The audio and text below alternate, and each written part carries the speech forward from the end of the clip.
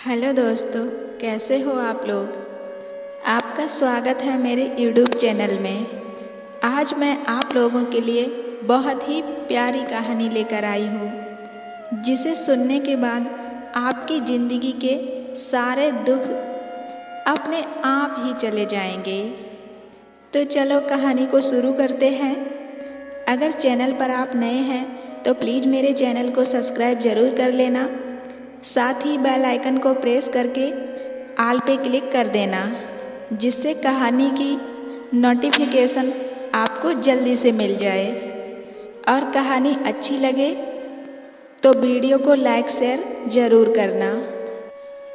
एक बार गौतम बुद्ध और उनके शिष्य एक वन से गुजर रहे होते हैं। बहुत देर तक वन में चलने के बाद बुद्ध और उनके सभी शिष्य एक विशाल पेड़ के नीचे बैठ जाते हैं। उस पेड़ के नीचे एक अलग सी शांति होती है।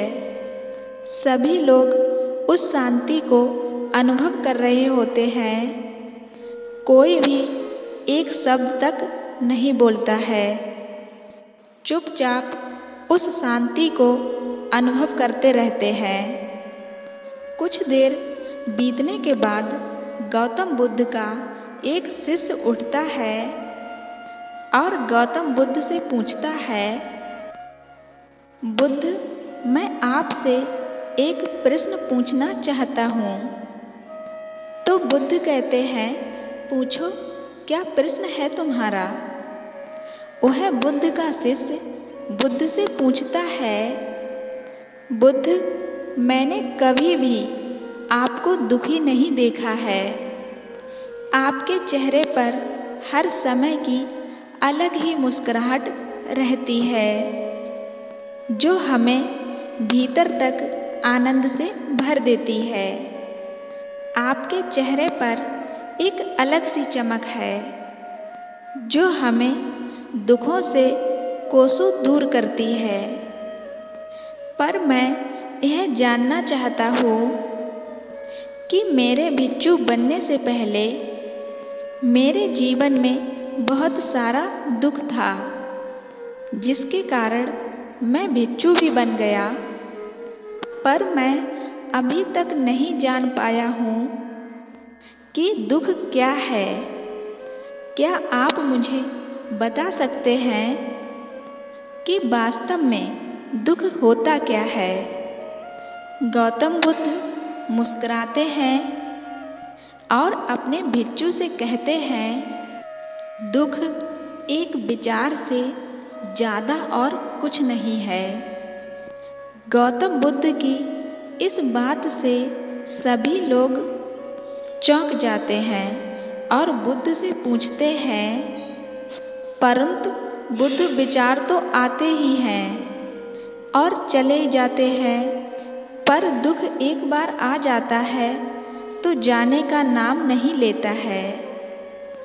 तो बुद्ध कहते हैं, मैं तुम्हें एक छोटी सी कहानी सुनाता हूँ। एक नगर में एक धनी सेठ रहता था। उसके पास एक वफादार नौकर होता है।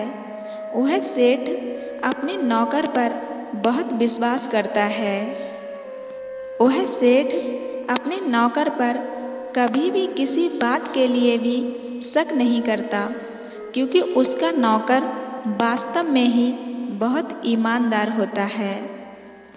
एक बार उस सेठ को किसी काम से बाहर जाना पड़ता है। 2-3 दिनों के बाद जब वह सेठ वापस लौटता है तो एक कीमती सामान लेकर आता है। वह उस कीमती सामान को लेकर अपने कमरे में बहुत सजाकर रखता है और अपने नौकर से कह देता है, तुम्हें खास तौर पर इस चीज़ का ध्यान रखना है। ध्यान रहे कि यह टूटे नहीं। यह सामान मेरा बहुत प्रिय है। नौकर कहता है, मालिक, मैं पूरा ध्यान रखूंगा, आप चिंता ना करें। अगले ही दिन वह नौकर पूरे घर की सफाई कर रहा होता है। सफाई करते करते वह सेठ की उस कीमती चीज़ के पास पहुंचता है और उसकी भी सफाई करने लगता है।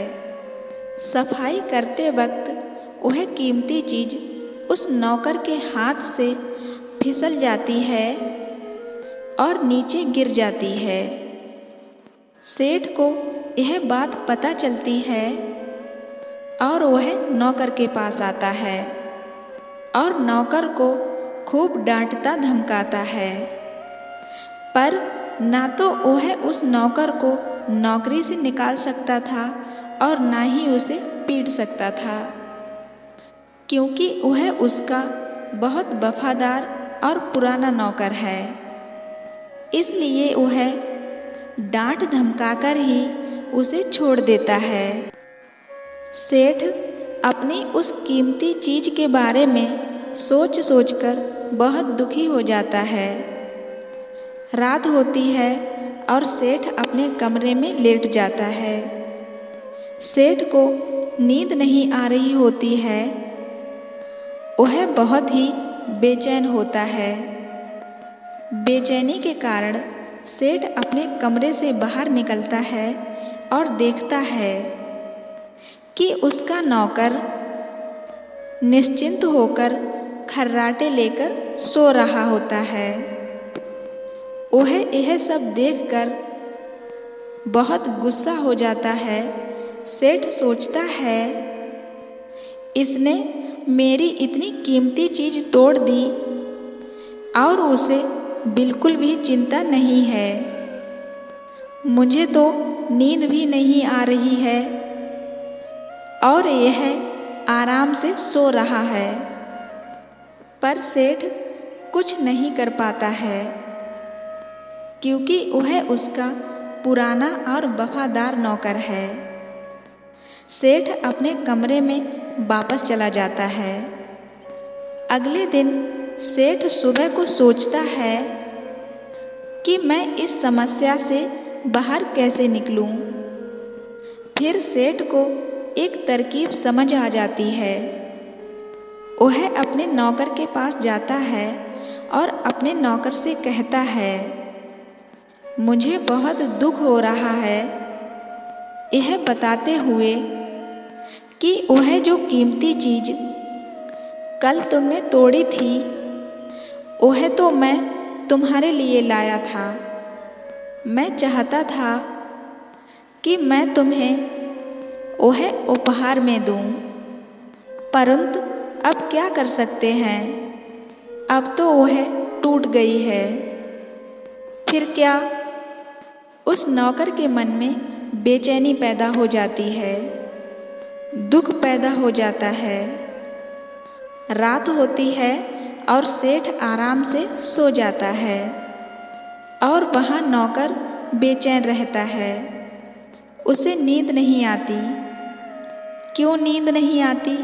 क्योंकि अब उस नौकर ने उस सेठ की उस कीमती चीज़ को अपने आप से जोड़ लिया था। इसलिए वह दुखी हो रहा था। पहले उस नौकर के मन में यह विचार नहीं था कि वह कीमती चीज़ मेरी है, पर अब उसके मन में यह विचार है कि अगर वह कीमती चीज़ मुझसे टूटती नहीं तो वह मेरी होती।